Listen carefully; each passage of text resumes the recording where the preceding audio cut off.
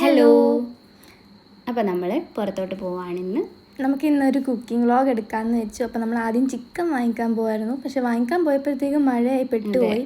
Actually നമ്മൾ cooking vlog എടുക്കാൻ വേണ്ടിയല്ല, വീട്ടിലേക്ക് നമുക്കിന്ന് ഫ്രൈഡ് റൈസും ചിക്കനൊക്കെ ആയാലോ എന്ന് വെച്ച് ഇറങ്ങിയതാണ്. അന്നേരം നമുക്കതൊരു വ്ളോഗ് ആക്കാമെന്ന് കരുതി. അതെ, എന്തോ മഴയുടെ കാര്യമൊക്കെ ഇങ്ങനെ പറഞ്ഞ് നമ്മൾ എന്തൊക്കെയോ കാര്യമായിട്ട് പറയാം. ആ സമയത്ത് അവിടെ ചിക്കൻ വെട്ടുമായിരുന്നു, അത് കാണിക്കണ്ടെന്ന് വെച്ചു.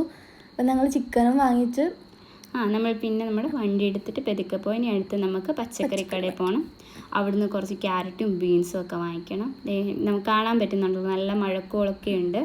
അതെ. അപ്പോൾ നമ്മൾ പിന്നെ ഇതൊക്കെയൊക്കെയോ കാര്യങ്ങളൊക്കെ പറഞ്ഞിങ്ങനെ പോവാണ്. നമ്മൾ ഇടയ്ക്കിടയ്ക്ക് ഇങ്ങനെയൊക്കെ കുക്കിംഗ് പരിപാടിയുണ്ട്. ആദ്യമായിട്ട് വീഡിയോ എടുക്കുന്നതെന്ന് മാത്രം. അതെ, എപ്പോഴും എല്ലാ ആഴ്ചയിലും ഇല്ല, എന്നാലും ഇടയ്ക്ക് ഇങ്ങനെ. നമ്മളിപ്പോൾ വീട്ടിലെത്തി. അപ്പോൾ എൻ്റെ അമ്മയാണ് ചിക്കനെല്ലാം കഴുകി വൃത്തിയാക്കിക്കൊണ്ടിരിക്കുക. അമ്മയ്ക്ക് കുറേ വട്ടം കഴുകി അതിൻ്റെ എല്ലാ ബ്ലഡൊന്നും കാണരുത്, അതുകൊണ്ട് അമ്മ നന്നായിട്ടിട്ട് കഴുകുകയാണ്. അതെ, ഇത് വിഷ്ണുമായുടെ അമ്മയാണ്. അപ്പോൾ വിഷ്ണുമായുടെ അമ്മയാണ് ചിക്കൻ കറി വെക്കുന്നത്. പിന്നെ റൈസ് വെക്കുന്നത് വിഷ്ണുമായാണ്. നമ്മൾ അതിലൂടെ റിസ്ക് എടുക്കുന്നില്ല ചിക്കൻ കറിയിലൂടെ. കാരണം നമ്മൾ വെക്കാൻ രാവിലെ ഒരു വെളുപ്പിനൊക്കെ എണീറ്റ് വെച്ചാലേ നമുക്ക് കറക്റ്റ് 1 മണിക്കൊക്കെ കഴിക്കാൻ പറ്റത്തുള്ളൂ. വിഷ്ണുമായ പിന്നെ അരി കഴുകുന്നതിൻ്റെ ഇതിലാണ്. വിഷ്ണുമായ ഫ്രൈഡ് റൈസിൻ്റെ ഒരു സ്പെഷ്യലിസ്റ്റാണ്. അത്രയ്ക്കൊന്നും ഇല്ല. നിങ്ങൾ ഉദ്ദേശിക്കുന്ന ഫ്രൈഡ് റൈസ് പോലെയല്ല ഇത്. നമ്മുടെ വീട്ടിലൊരു തട്ടിക്കൂട്ട് ഫ്രൈഡ് റൈസ്. കണ്ടോ, സവാളയൊക്കെ പെരിയ അരിഞ്ഞ് ഇരിക്കുന്നു. അമ്മയാണെങ്കിൽ ഇഞ്ചിയും വെളുത്തുള്ളിയും പേസ്റ്റിന് വേണ്ടിയുള്ള ഇഞ്ചിയും വെളുത്തുള്ളിയൊക്കെ തയ്യാറാക്കുന്നു. ഒരാൾ സവാള അരിഞ്ഞ് കരയുവാണ്. അതെ, ഉണ്ട്. എൻ്റെ കണ്ണീര് കണ്ട് സന്തോഷിക്കുന്ന ഒരാൾ. എല്ലാം അരിഞ്ഞും എൻ്റെ കയ്യിലെന്തേ ഞരമ്പൊക്കെ നന്നായിട്ട് കാണും. സാധാരണ ഞാനാണ് അവിടെ ചെന്ന് അരിയുന്ന ഞാനാണ്. പക്ഷെ ഈ വട്ടം വീഡിയോ എടുക്കുന്നതുകൊണ്ട് അതിൽ നിന്നൊക്കെ ഞാൻ മാറി നിൽക്കണം. അപ്പോൾ നമ്മൾ ഇഞ്ചി വെളുത്തുള്ളി പേസ്റ്റ് അരച്ച് കഴിഞ്ഞിട്ടുണ്ട് കേട്ടോ. കൊള്ളാം, നല്ല ഭംഗിയൊക്കെ ഉണ്ട് കാണാൻ. ഇനിയും ഗ്യാസൊക്കെ കത്തിച്ച് അമ്മ തന്നെയാണ് ബാക്കി ചിക്കൻ്റെ പരിപാടിയിലോട്ടാണ് ഫസ്റ്റ് കിടന്നത്. അതെ. അപ്പോൾ ആ ഒരു സമയത്ത് നമ്മുടെ അരിയാണെങ്കിൽ വെള്ളത്തിരുന്ന് കുതിരുന്നുണ്ട്. പിന്നെ ആദ്യം തന്നെ ചീനച്ചട്ടി ചൂടായി, അതിനകത്ത് കുറച്ച് എണ്ണ ഒഴിച്ചു. അത്യാവശ്യത്തിന് എണ്ണ ഒഴിച്ചാൽ മതി കേട്ടോ, ആവശ്യത്തിന് എണ്ണ. പിന്നെ അതിനകത്ത് കടുകിട്ട് പൊട്ടിച്ചു. ഇനി കടുക് പൊട്ടിക്കുമ്പോൾ ഇഞ്ചി വെളുത്തുള്ളി പേസ്റ്റ് ആഡ് ചെയ്ത് കുറച്ച് സമയം നമ്മളിനി അതിട്ടൊന്ന് എന്ത് ചെയ്യുന്നത്, ഇളക്കുക.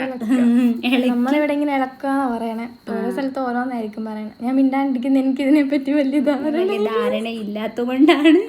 അപ്പം ഇത് ഇഞ്ചിയും വെളുത്തുള്ളിയും കൂടെ കുറച്ച് സവാളയും കൂടെ അല്ലെങ്കിൽ കുറച്ച് ചുമന്നുള്ളിയും കൂടി ഇടുന്നത് നല്ല ടേസ്റ്റാണ് നമ്മൾ പറയുന്നത്. അങ്ങനെ ഒരുമിച്ചാണ് അമ്മ അത് അരച്ചെടുത്തത്. ഇനി നമ്മുടെ അത് ഇച്ചിരി പച്ചമണം മാറുമ്പോഴത്തേന് നമ്മുടെ സവാള നമ്മൾ ചെറുതായിട്ട് അരിഞ്ഞത് അതിനകത്തിട്ടു.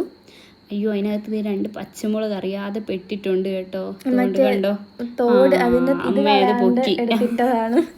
അമ്മ ഇത് കണ്ടുപിടിച്ചിട്ട് വെളിയിലിട്ടിട്ടുണ്ട്. അത് അമ്മ ഒരുമിച്ച് വെച്ച ഞാൻ അരിഞ്ഞപ്പം അത് കണ്ടില്ല. അതുകൊണ്ട് ഞാൻ എപ്പോഴും ചിക്കൻ കറി വെക്കണ കാണും, പക്ഷെ ഇതുവരെ പഠിക്കാൻ പറ്റിയിട്ടില്ല. പിന്നെ ആണെങ്കിൽ ഇനി അടുത്ത് ഉപ്പിടുകയാണ്. ഉപ്പറിയാലോ, ഏറ്റവും ഇമ്പോർട്ടൻ്റ് ആണ്. ഒന്ന് കൂടിയാലോ കുറഞ്ഞാലോ പരിപാടി. കുറഞ്ഞാൽ പിന്നെ പ്രശ്നമില്ല, നമുക്ക് ഇട്ട് ശരിയാക്കാമല്ലോ. പക്ഷെ കൂടിയാലാണ് പ്രശ്നം. ഇപ്പം കറക്റ്റ് പരുവത്തിന് ഉപ്പിട്ടു. കറിവേപ്പില, ഇതൊരു കറിവേപ്പില മൂട് മൊത്തത്തിൽ പിഴുതുകൊണ്ട് വന്ന പോലെ ഉണ്ട്. അതുമാതിരി കറിവേപ്പില അമ്മ ഇടും. ആൻറ്റി ഒരു കരിവേപ്പില ഫാനാണ്. ഒത്തിരി കറിവേപ്പില ഇടും. പിന്നെ ഇതിനെ നമ്മൾ നന്നായിട്ട് ഇളക്കി നമ്മുടെ സവാള ഒരു ചുമന്ന കളറൊക്കെ ആയി വരുമ്പോൾ അതിനകത്ത് മുളക് പൊടി. അതെ, മുളക് പൊടി റോസ്റ്റ് പരുവത്തിലല്ലേ വെക്കുന്നത്? റോസ്റ്റ് പരുവത്തിൽ. നമ്മൾ തക്കാളി ലാസ്റ്റായിട്ടോ ചേർക്കുന്നത്. പലർക്കും പല രീതിയിലാണ് വെക്കുന്നത്. മല്ലിപ്പൊടി ഇടും. പിന്നെ ഇനി ഇതെല്ലാം കൂടെ വീണ്ടും നന്നായിട്ടിട്ട് ഇളക്കുകയാണല്ലോ മെയിൻ. ഇളക്കി അയ്യോ, അങ്ങനെ നമ്മളിങ്ങനെ കറിയായിട്ട് അങ്ങനെ വെക്കാറില്ല. ഇടയ്ക്ക് ഇങ്ങനെ റോസ്റ്റ് ഇതുപോലെയാണ് വെക്കണേ. പിന്നെ നമ്മൾ ഇപ്പോൾ പാചകത്തിൻ്റെ കാര്യം തന്നെ പറഞ്ഞിട്ട് നിങ്ങൾക്ക് ബോറടിക്കുന്നുണ്ടായിരിക്കും. പക്ഷെ നമ്മൾ ഇതിനിടയ്ക്ക് നല്ല വാചികമൊക്കെ നടന്നു. ഇപ്പോൾ വോയിസ് ഓവർ ആയതുകൊണ്ട് നമ്മൾ അതിൻ്റെ ഒരു വോയിസ് മാത്രം കൊടുക്കുന്നതേ ഉള്ളൂ. ഇനി നമ്മൾ അവിടെ വേറെ എന്തൊക്കെയോ കാര്യം പറയുന്നുണ്ട്. പിന്നെ ഇപ്പോൾ ചിക്കൻ ഇടുവാണ്. അതെ, അങ്ങനെ ചിക്കനിലെത്തി നന്നായിട്ട് എല്ലാ ചിക്കനും വാരി ഇങ്ങനെ പെതിയാണ്. നല്ല വെള്ളമൊക്കെ ഊറ്റി കളഞ്ഞിട്ട് വേണം കേട്ടോ ഇടാൻ. അതെ, ഞങ്ങളും സത്യം പറഞ്ഞാൽ വീഡിയോ കണ്ട് പഠിച്ചുകൊണ്ടിരിക്കുകയാന്ന് തോന്നുന്നു. പിന്നെ കുരുമുളക് പൊടി വിസ്മയ്ക്ക് പിന്നെയും വെക്കാറ്. എനിക്ക് ഞാൻ വെക്കാറുണ്ട് ചിക്കൻ കറി. അങ്ങനെ വെച്ച് പരിചയമില്ല. പിന്നെ നല്ലവണ്ണം കുരുമുളക് പൊടിയൊക്കെ ഇട്ട്, എനിക്ക് കുരുമുളക് പൊടി ഭയങ്കര ഇഷ്ടമാണ്. കൂടുതൽ കുരുമുളക് പൊടി ഇങ്ങനെ ഇടുന്നത്. എരിവ് ഇഷ്ടം. എനിക്ക് മുളക് പൊടി കുറച്ചിട്ട് കുരുമുളക് പൊടി കൂട്ടുന്നതിനോടാണ് താല്പര്യം. അയ്യോ, അതിനിടയ്ക്ക് മഞ്ഞൾപ്പൊടി ഇട്ട് കേട്ടോ, സംസാരിച്ചുകൊണ്ടിരുന്നതിൻ്റെ ഇടയിൽ അത് പറഞ്ഞില്ല.